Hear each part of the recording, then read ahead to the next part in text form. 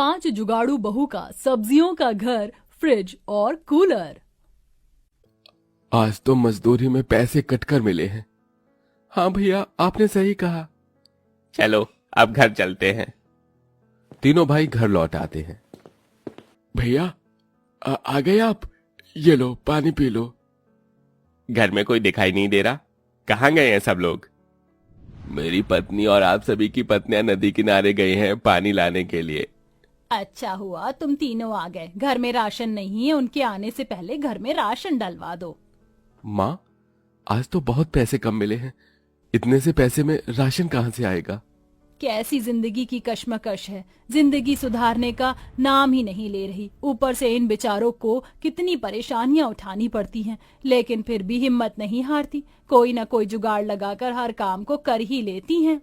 सुजाता के इतना कहने के बाद कुछ ही देर में पांचों बहू नदी किनारे से पानी भरकर घर पर ले आती हैं। लगता है मेरी बहुएं आ गईं। रेखा और आरती के हाथों में सब्जी की टोकरी थी जिसमें कुछ सब्जियां होती हैं। तुम लोग तो पानी लेने गए थे ना, फिर ये सब्जियां कहाँ से आ गईं?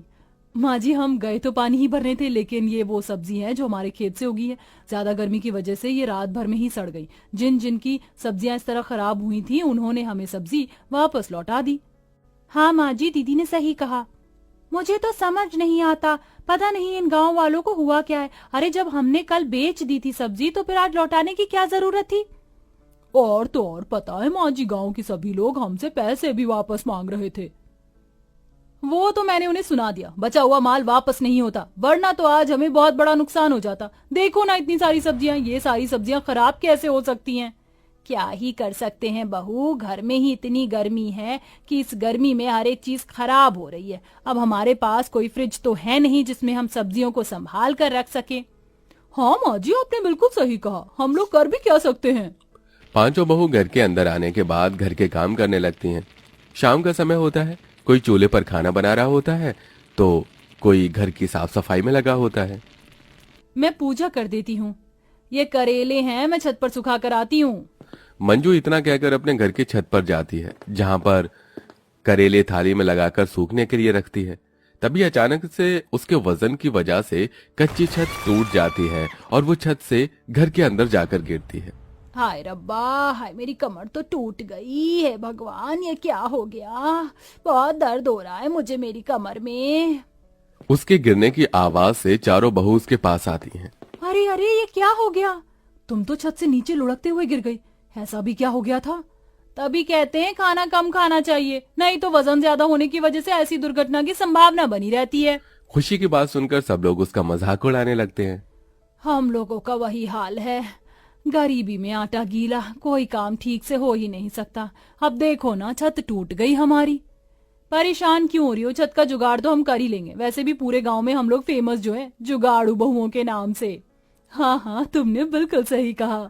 अगले दिन जब सवेरा होता है, पांचों बहू समय पर उठकर घर के सारे काम कर लेती हैं और कड़ी धूप निकलने से पहले अपने खेतों में जाकर सब्जियां तोड़ना शुरू कर देते हैं।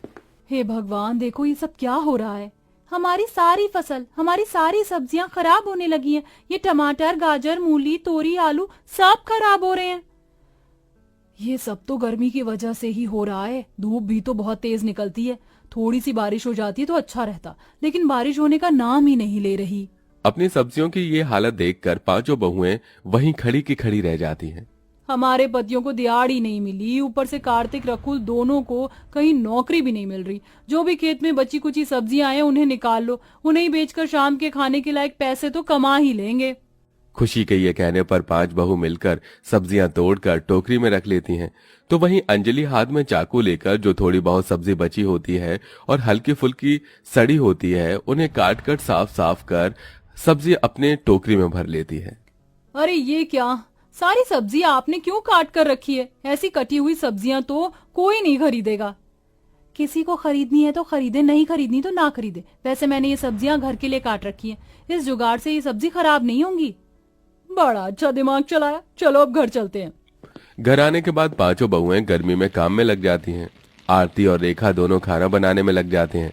अंजलि मंजू घर की साफ सफाई करके चटाई बिछा देती हैं, तो वहीं खुशी अपने आंगन में थोड़ा सा पानी का छिड़काव करने लगती है।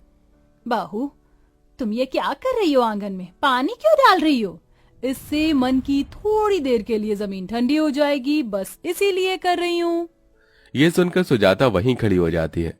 तो दूसरी तरफ अंजलि आरती दोनों कटी हुई सब्जियों से बना हुआ खाना लाकर सभी को परोस देती हैं। जल्दी से खाना खा लीजिए, उसके बाद हम सभी को बाजार भी जाना है। क्या जुगाड़ है बहू, तुमने तो खराब सब्जियों को भी खराब जाने नहीं दिया। यही तो कमाल है जुगाड़ बहुओं के बहू होने का। अब सभी लोग बना हुआ खाना खाकर अपने अपने काम पर निकल जाते हैं और पांचों बहू सब्जी लेकर बाजार में जाती हैं। सब्जी ले लो, सब्जी, हरी हरी सब्जी ले लो, सब्जी ले लो, सब्जी, आलू, मूली, टिंडे, गाजर, पालक, गोभी, हर तरह की सब्जी, जो सब्जी चाहिए हमारी दुकान पर लेने आइए। मंजू के इस तरह से चिल्लाने पर भी कोई वहां उनकी सब्जी खरीदने नहीं आता। आज तो बोनी बट्टा भी नहीं हुआ। देखते ही देखते सुबह से शाम हो जाती है, लेकिन उनकी थोड़ी भी सब्जी बिक नहीं पाती, जिसकी वजह से उनके चेहरे उतरे हुए होते हैं। चलो अब घर चलते हैं, यहाँ बैठे रहने से हमारा टाइम ही खराब होगा। मुरझाए चेहरे को लेकर पांचों बहू वापस सारी सब्जियां टोकरी में भरने लगती हैं। तभी उनके पास एक बूढ़ी औरत आती है। अरे इतनी जल्दी जा रही हो, जरा सब्जी तो देती हुई जाओ। ले लीजिए माँ जी, जितनी सब्जी आपको लेनी है ले लीजिए। वैसे भी दोपहर से लेकर इतना समय हो गया है, किसी ने हमारी सब्जी खरीदी नहीं। हम इतनी सब्जियों का क्या करेंगे? आपको जो भी चाहिए फ्री में ले जाओ। अंजलि के ये कहने पर बूढ़ी औरत अपने लिए उन सभी सब्जियों के अंदर से सब्जियां छांट कर लेने लगती है। उसी वक्त बूढ़ी औरत सभी टोकरी और सब्जियों के ऊपर अपना हाथ फेर देती है। आज का दिन तुम्हारा बहुत कठिन भरा गया है, लेकिन तुम पांचों बहुत अच्छी हो। कल से तुम्हारी परेशानियां खत्म हो जाएंगी। इतना कहकर बूढ़ी औरत वहां से चली जाती है। पांचों बहू बची हुई सब्जियां लेकर घर आ जाती हैं। मंजू तुम एक काम करो, जो सब्जियां गलने लगी हैं उन्हें काट कर मुझे दे दो, मैं इतने चूल्हा जला लेती हूँ खाना बनाने के लिए। आरती के इतना कहने पर मंजू सब्जियों की टोकरी उठाकर उनमें से डाली हुई सब्जियां काटने बैठ जाती है। कुछ ही देर में आरती चूल्हा जलाकर उसी के पास आकर बैठ जाती है। वो सभी सोच में पड़े होते हैं। क्या हुआ है? तुम्हारे चेहरे पर जरा भी हंसी दिखाई नहीं दे रही। कितने भी दिन कठिन भरे आ जाएं, तुम पांचों हर दिन मुस्कुराकर निकाल देती हो, लेकिन आज तुम्हारे चेहरे पर शिकंज अलग ही दिखाई दे रही है। क्या बताएं माँ जी, इतनी मेहनत के बाद भी हमारी मेहनत से हमें सफलता नहीं मिल रही है। एक एक रुपए के लिए हम लोग तरसते हैं। आज भी सारी सब्जियां वापस बचकर आ गई, ऊपर से ये गर्मी जरा भी बर्दाश्त नहीं होती। काश कि हम इतने गरीब ना होते, या फिर काश के हमारा घर पक्का होता, हमारे घर में एक फ्रिज और कूलर होता, तो शायद हमें इतनी परेशानी ना उठानी पड़ती। रात को गर्मी ना लगे, इसलिए सोने को गीला करके उसे ओढ़कर सोना पड़ता है। अंजलि के इतना कहते ही सब्जियों के अंदर से एक रोशनी निकलती है और वो रोशनी घर के चारों तरफ फैल जाती है। देखते ही देखते पूरा घर सब्जियों से पक्का घर बन जाता है और टोकरियों की सारी सब्जी फ्रिज और कूलर बन जाती है। हे भगवान जी, ये सब क्या हो रहा है? ये सब कैसे हुआ? देखो तो, हमारा घर बिल्कुल सब्जियों से मिलकर पक्का घर बन गया है। कहीं से टूटा फूटा नहीं, प्रत्येक सब्जी नजर आ रही है। ये कूलर सब्जियों से बना है, क्या ये चलता भी होगा? जैसे ही मंजू उसे चलाकर देखती है तो कूलर से ठंडी ठंडी हवा आने लगती है। हाय, इस कूलर से कितनी ठंडी हवा आ रही है। फिर तो ये फ्रिज भी चलता होगा। जैसे ही अंजलि फ्रिज खोलती है, वो फ्रिज बहुत ठंडा होता है और उसके अंदर खाने पीने का सभी सामान उपलब्ध होता है। यकीन नहीं हो रहा मुझे अपनी आंखों पर, लेकिन ये करिश्मा हुआ कैसे? क्या तुम्हें वो बूढ़ी औरत याद है? लगता है वो कोई हमारे लिए फरिश्ता बनकर आई थी। उसने हमारी सभी परेशानियों को खत्म कर दिया। अब हमें घर में जुगाड़ लगाने की जरूरत भी नहीं पड़ेगी। इस तरह पांचों बहू जहां उदास बैठी थीं, उनके चेहरे पर मुस्कुराहट आ जाती है और वो अब अपनी सब्जियों के घर में सब्जियों से बने फ्रिज और कूलर के साथ खुशियों से रहने लगती हैं।